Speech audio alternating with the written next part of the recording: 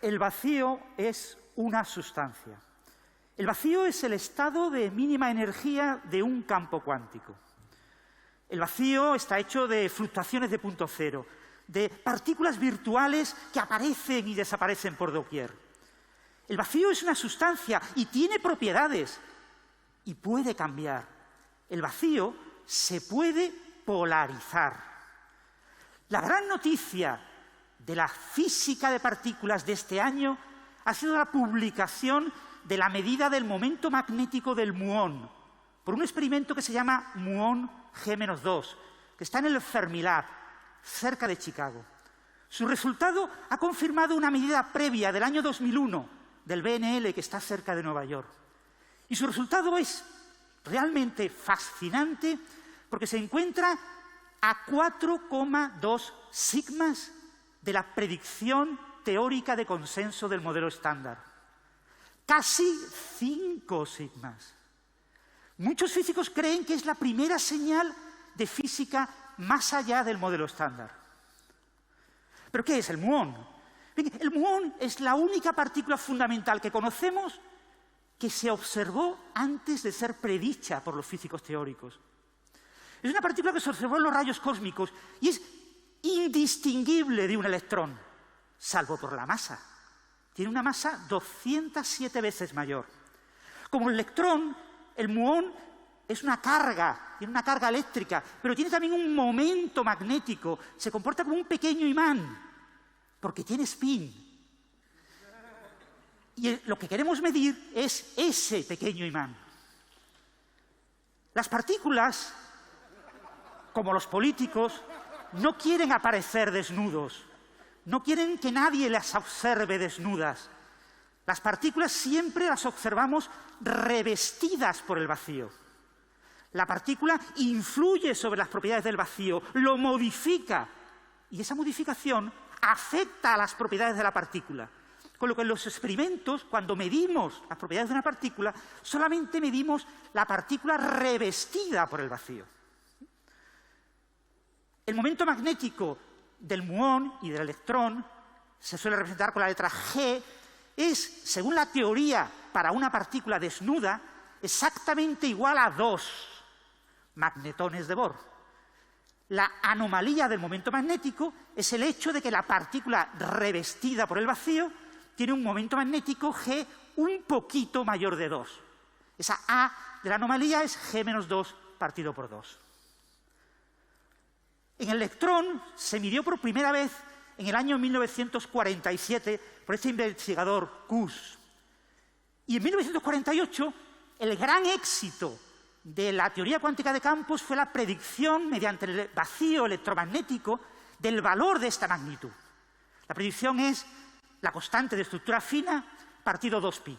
La constante de estructura fina, grosso modo, es la carga del electrón partido por la carga de Planck elevado al cuadrado. Pues resulta que la mejor medida obtenida o conocida en la actualidad del momento magnético del electrón coincide con la mejor predicción que tenemos en la teoría para el vacío electromagnético con 2,5 sigmas. Comparar los números. Esta es la medida más precisa, la mejor coincidencia que tenemos de todo el modelo estándar. Pero lo podemos hacer un poquito mejor, porque podemos incorporar el hecho de que el vacío es una sustancia compuesta. No solo está el vacío electromagnético, también está el vacío hadrónico, debido a la interacción fuerte de quarks y gluones, y el vacío débil, debido a la interacción electrodébil. Cuando incorporamos esas pequeñas correcciones, los 2,5 sigmas se reducen a 1,6 sigmas. Eso sí, si usamos el valor de la constante de estructura fina calculado con rubidio y publicado en el año 2020. Porque si usamos el valor de la constante de estructura fina de 2018 calculado con cesio, obtenemos solamente 2,4 sigmas. Estos dos valores difieren en 5,4 sigmas. Nadie sabe por qué, pero a nadie le preocupa.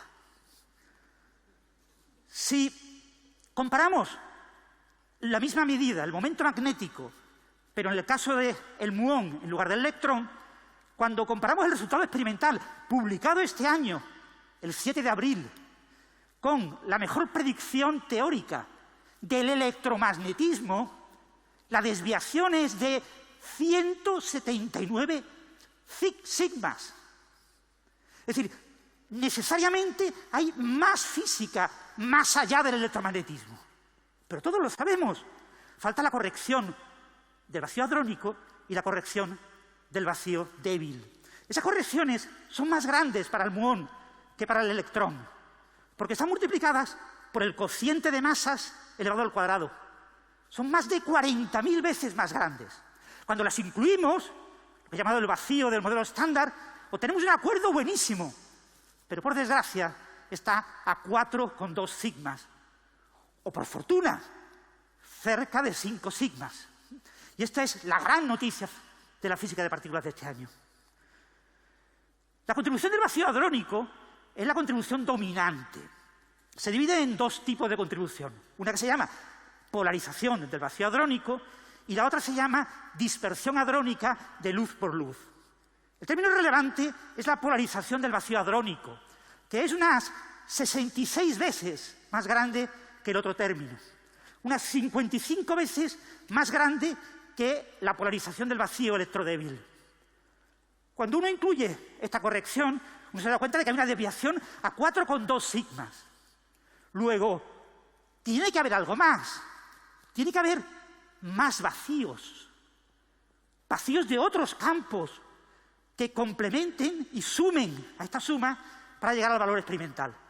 Se ha propuesto, casi 300 artículos se han publicado en los últimos 6 meses proponiendo posibilidades. Leptoquarks, un bosón Z', partículas supersimétricas, etcétera, etcétera, etcétera. ¿Cómo se calcula la polarización del vacío hadrónico a nivel teórico? Hay dos métodos. Un método es utilizar el teorema óptico, que nos dice que cómo contribuye el vacío lo puedo dividir por la mitad y convertir en un proceso de observable en los colisionadores. Colisiona un electrón con un positrón, me genera un fotón que genera un chorro hadrónico, muchos hadrones, pues esa amplitud al cuadrado me permite evaluar la contribución del vacío. Eso es lo que se ha utilizado en la estimación de consenso de la predicción del modelo estándar para la anomalía del momento magnético. Se ha utilizado este teorema y datos experimentales, porque es el resultado más preciso. Pero hay otro método que daba resultados muy imprecisos. Pero este año, también el 7 de abril, se publicó en la revista Nature. Es usar superordenadores, usar cromodinámica en el retículo. El resultado es en un volumen finito, hay que extrapolarlo a volumen infinito. El resultado es como un retículo, hay que extrapolarlo al continuo. Sabemos hacerlo. Y cuando lo hacemos y lo incorporamos a la predicción teórica coincide con el experimento a 2,2 sigmas. Acuerdo prácticamente perfecto. Pero claro, este resultado con superordenadores tiene que ser confirmado por grupos independientes. Hay muchas anomalías detectadas en los grandes colisionadores asociadas fundamentalmente a la interacción fuerte, sobre todo en un régimen en el que la interacción fuerte es muy difícil de calcular. Donde el vacío hadrónico es difícil de calcular, ahí veo anomalías. La causa es física y son las primeras señales de nueva física más allá del modelo estándar. ¿Son señales que acabarán recibiendo el premio Nobel? ¿O por el contrario, es debido a que todavía no sabemos calcular bien lo que tenemos que calcular? No lo sabemos. Pero lo que sí sabemos es que el vacío cuántico es una sustancia compuesta. Y sabemos de qué está compuesto. Está compuesto de 118 campos cuánticos observados. 118 campos cuánticos observados. Sabemos que hay más. Tiene que haber más campos. El punto clave con el que me gustaría acabar esta charla es: tenemos que preguntarle a la naturaleza cómo es la realidad. Por muy listos que seamos, por muy bellas que sean nuestras teorías, como decía Richard Feynman, si no coinciden con la naturaleza, están equivocadas. Y solo sabemos si coincide con la naturaleza si hacemos experimentos y estudiamos la interacción de partículas y el efecto del vacío sobre esas partículas en grandes colisionadores. Recordar, el vacío cuántico es una sustancia compuesta de 118 campos. Gracias. Espérate. Dame el... Espérate. Francis, no te vayas todavía. Aparte de la charla, que creo que sobraba porque casi lo sabíamos todos ya. ¿Cómo no? Queríamos hacerte un... Bueno, Iñaco lo dice. Bueno, un premio especial. Le queremos dar un premio especial a Francis. Francis es el único conferenciante, el único ponente que ha participado en todos los actos Naucas Bilbao. El único. Y como es el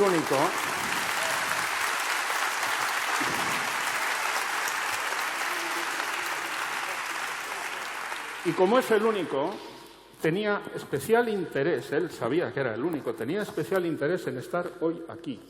Lleva 2 años queriendo estar aquí y lo ha pasado muy mal y ha tenido que superar una enfermedad muy grave, siempre con la idea de que quería volver aquí a Bilbao. Por eso le damos el premio.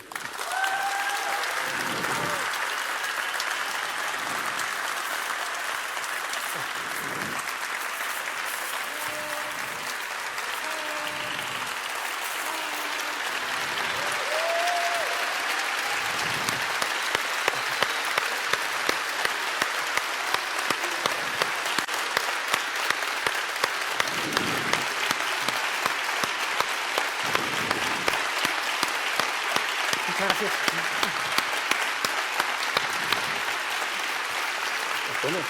¿Te la pongo? Venga.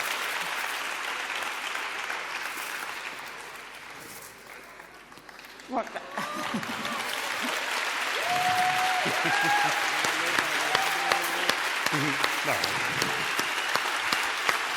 Muchas gracias.